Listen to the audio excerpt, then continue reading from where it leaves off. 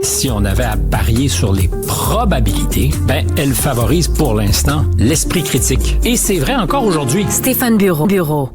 Bonjour Stéphane. Bonjour Mario. C'est une véritable icône rassembleuse, fédératrice qui est décédée aux États-Unis, Dolly Parton. Monsieur Trump qui a décidé d'ailleurs de demander que les drapeaux soient mis en berne. Oui, je pense que c'est le symbole parfait de ce qu'elle représentait. Elle faisait l'unanimité dans un pays où plus rien ne fait l'unanimité. Newsweek mesurait cette popularité en disant que de toutes les personnalités qu'on pourrait mettre côte à côte, Dolly Parton était probablement celle qui faisait l'unanimité ou qui s'approchait de cette unanimité, très loin devant tous les politiques, jamais ne s'était engagé politiquement à gauche, à droite pour les républicains ou les démocrates, mais représentait ce qui existe encore, c'est-à-dire ce rêve américain, être parti de rien et devenir ce qu'elle est devenue, cette personnalité plus grande que nature, 3000 chansons, vous en parliez à l'instant, c'est évidemment une contribution à la culture populaire, et 300 millions de dollars qu'elle a reversés à des œuvres de charité pour renvoyer l'ascenseur, sachant qu'elle venait de loin, si je peux ainsi dire des choses, et qu'elle avait été largement compensée, donc dans les circonstances, le drapeau en berne, tout à fait normal. Bon. Parlons d'argent. Parlons parce que c'est cet après-midi la fermeture de la bourse à 16h que Nvidia, qui est devenue la plus grande compagnie au monde, évidemment, qui fabrique les microprocesseurs les plus précieux pour l'intelligence artificielle. Fait que l'entreprise est comme devenue une mesure de à quel point l'IA est un moteur super turbo de toute l'économie et de tout le marché boursier.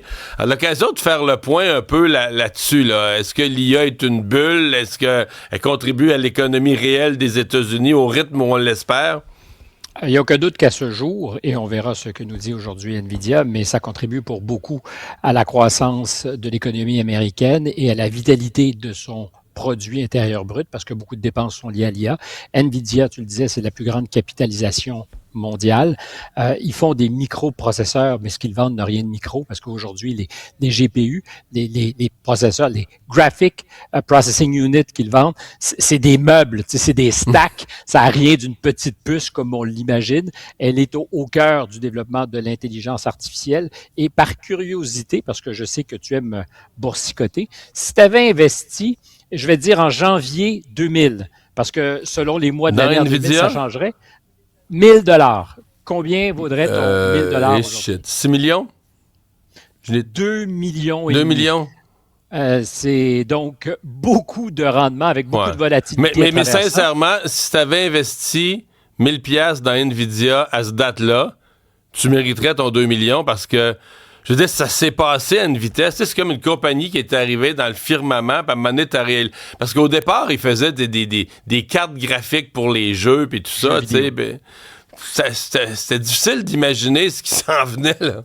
Fallait vraiment être super visionnaire, là. Puis je pense que même si tu avais été visionnaire, tu n'aurais pas pu imaginer ce qui te récompense aujourd'hui comme investisseur. Je ne pense pas que Jensen Huang, qui est le patron charismatique de l'entreprise, pensait ça non plus. À ce moment-là, ces cartes graphiques, ce qu'il faisait pour l'industrie vidéo, c'était le cœur et la périphérie de son business. L'intelligence artificielle est arrivée plus tard et on a découvert que leur expertise était extraordinairement utile. Alors ce soir, parce que tu le disais, c'est un baromètre et on parlera très rapidement de ce que ça a comme impact, l'intelligence artificielle, dans le débat politique aux États-Unis, parce que c'est pas qu'une affaire économique. Donc, on saura si les principaux grands joueurs, les hyperscalers, les Amazon, Meta et Microsoft de ce monde, sont encore en train d'investir à la hauteur où on l'imagine. Puis quand je parle d'investissement, c'est pour l'année 2026, probablement 1500 milliards d'investis dans les infrastructures pour soutenir. Quand je disais que ça a un impact sur l'économie américaine, puis pas juste virtuellement, c'est des plombiers, des électriciens, du béton, parce qu'on construit des centres de données, et c'est là que la politique s'en mêle, ces centres de données. Ça prend de l'énergie. Ça prend de l'énergie. Puis on pourra aussi en parler parce qu'il y a ce qu'on pense, puis il y a là-dedans aussi un certain nombre de fake news, on y reviendra.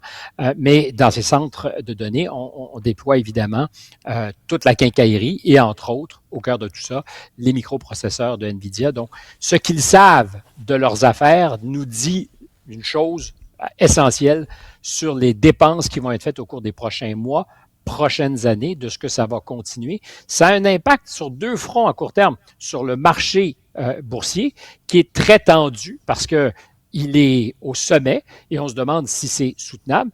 Puis deuxièmement, ça a un impact sur ce dont on a un peu parlé plus tôt cette semaine, et c'est pas une obsession personnelle, c'est le cours du marché ou des marchés obligataires, parce que le gouvernement américain, quand il veut financer sa dette, il va emprunter chez des gens qui sont prêts à prêter de l'argent, mais il y a des compétiteurs qui donnent de meilleurs rendements, parce que quand on prête à Amazon, c'est presque un gouvernement. Il n'y a pas de chance à court terme que tu vois l'entreprise capoter et ne pas payer ses dettes, mais ils empruntent parce qu'il y a une époque où ces géants, les hyperscalers, avaient avec leur cash flow tout ce qu'il fallait pour investir sans emprunter. Or, aujourd'hui, on emprunte des centaines de milliards de dollars.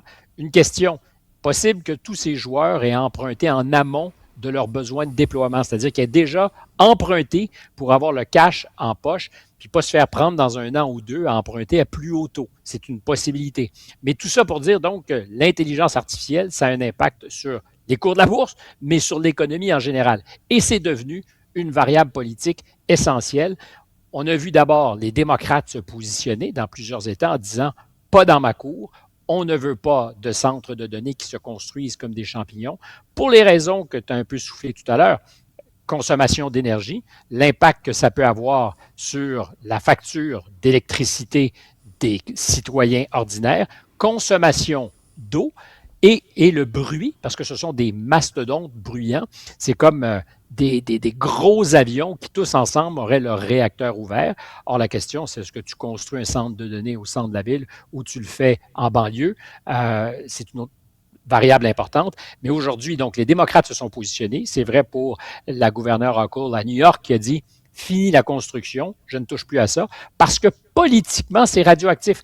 En ce moment, un centre de données, malgré l'apport en taxes nouvelles pour la ville qui reçoit le centre, malgré la construction et les jobs créés, c'est moins populaire que la création d'un dépôt de déchets nucléaires dans une ville. Je répète, c'est moins populaire chez les sondeurs que l'ouverture d'un dépôt de déchetterie de résidus nucléaires.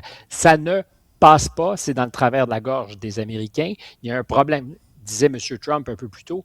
They seem to have a small PR problem, un problème de relations publiques sur la question de l'intelligence artificielle, est-ce qu'on va être remplacé par la machine, puis sur la question des infrastructures qui sont mises en place et du coût que les communautés paient pour ça. Alors au départ, c'était des démocrates qui se positionnaient dans les élections, pour les élections de mi-mandat, en disant Donald Trump est en train de nous passer non pas un sapin, mais un centre de données ou un data center, comme on dit en France.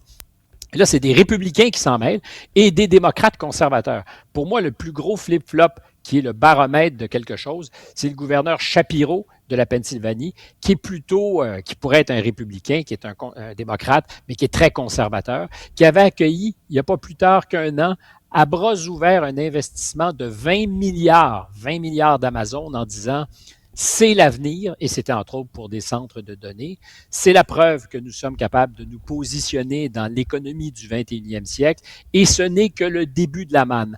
Or, aujourd'hui, parce qu'il a aussi des ambitions pour 2028, M. Shapiro, il ne veut pas être pris avec les culottes à terre et des électeurs qui disent qu'est-ce que vous avez fait? Vous êtes en train de ruiner nos ressources, de faire augmenter nos comptes d'électricité. Donc, il a dit oui, mais à certaines conditions, et la liste des conditions est super longue. J'ajoute derrière ça que le très libertarien républicain gouverneur du Texas, M. Abbott, a dit la même chose. Il faut mettre les freins avec un caveat important quand tu es au Texas, c'est que la législature, elle ne siège pas tout le temps. C'est une année sur deux. Donc, si tu veux adopter des mesures, ben, t'espères que le Parlement soit en place pour le faire.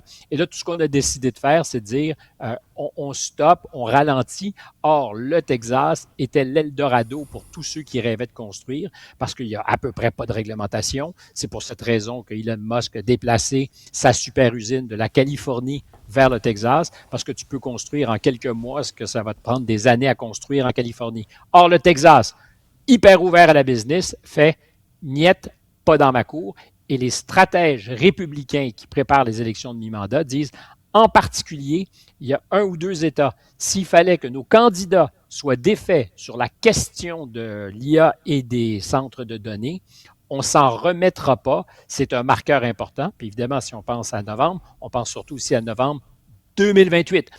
Je te disais, il y a des fake news. Mais en même temps, il n'y a pas d'IA qui peut se développer au rythme où ça va sans centre de données, là. C'est la base. C'est important et c'est une des questions d'ailleurs qui sera posée ce soir quand on aura les gens de NVIDIA, c'est est-ce que les modèles sont en train d'évoluer parce qu'on a utilisé beaucoup de capacités pour entraîner l'IA, faire en sorte qu'elle soit de plus en plus performante. C'est comme si on avait envoyé à l'école pendant longtemps des gens qui deviendront des médecins. Maintenant, l'usage, est-ce que c'est justement l'IA qui n'est pas à s'entraîner? Est-ce qu'on utilise la capacité de processing pour faire autre chose que d'entraîner, mais pour donner des résultats, et ces résultats sont aussi payants pour les entreprises qui vont utiliser. Est-ce qu'il y a de plus en plus d'entreprises qui font des gains, c'est le souhait, et qui utilisent l'IA non pas pour poser des questions, mais pour solutionner des problèmes, et ça sera aussi une des variables parce que ça se mesure. Et je te disais, il y a des enjeux qui sont aussi liés à des fake news qui pourraient être très bien le fait, puis je ne suis pas du tout paranoïaque, mais de la Chine qui est en guerre contre les États-Unis sur cet enjeu de l'intelligence artificielle, d'être à la frontière du développement. Mais exemple de fake news, donc pour faire peur aux gens ou pour inquiéter les gens? Exactement, parce que d'un point de vue simplement stratégique, la Chine aurait tout intérêt à ce que les Américains disent non à tous les centres de données et que le développement de l'industrie soit ralenti parce que politiquement, c'est plus tenable. C'est tout à fait concevable. Parce qu'en Chine, on est moins sensible à l'opinion publique. Est-ce que tu penses que Xi Jinping appelle ses commettants pour savoir s'ils sont ouverts ou non à la création d'un centre de données? La réponse, c'est non. Puis quand je parlais de fake news, alors, par exemple, sur l'énergie, c'est vrai que c'est très énergivore. En ce moment, c'est entre 1,2 et 1,5 de la consommation mondiale d'énergie. Évidemment, ce n'est pas également réparti, ces centres de données. Aux États-Unis, c'est entre 4 et 5 mais de plus en plus, quand tu construis, tu dois aussi arriver avec une solution clé en main, c'est-à-dire de développer un parc, est-ce qu'il est solaire, est-ce qu'il est éolien, ou trouver une entente avec un producteur qui ne pénalisera pas les gens qui vivent autour de là où tu vas construire. C'est le souhait, mais de plus en plus, ça devient incontournable. Sur la question de l'eau, c'est tous ceux qui t'expliquent que tu consommes ou les centres de données consomment une bouteille d'eau à chaque fois que tu poses une question à ChatGPT. C'est fake news exposant 10. Ça consomme probablement quelques gouttes d'eau et la consommation des ressources hydriques aux États-Unis par les centres de données, je vérifiais, c'est entre peut-être 0,1 0,3 de l'eau consommée. Mais c'est même vrai ici, les gens répètent ça, là, que ça consomme de l'eau, que ça va mais ça en consomme, évidemment. Puis tu as des systèmes de refroidissement qui dépendent de l'eau. Alors, de plus en plus, on recycle. Mais pas en quantité pour débalancer. On recycle, il y a de l'évaporation, mais l'eau est recyclée. Et le chauffage, c'est-à-dire que l'énergie de chaleur qui est produite, et de plus en plus, au Québec d'ailleurs, on a des pionniers en la matière, c'est une énergie de chaleur qui est utilisée pour chauffer les voisins ou d'autres choses. Je ne suis pas en train de te vendre les centres de données. Je te dis qu'il faut juste faire attention entre ce qui est colporté, la réalité, ce qui est la vérité, ouais. Et dans un contexte où ceux qui veulent gagner cette course ont tout intérêt à ce qu'on se pose un maximum de questions pour ralentir la progression de l'IA chez nous, ou aux États-Unis à tout le moins. Merci Stéphane.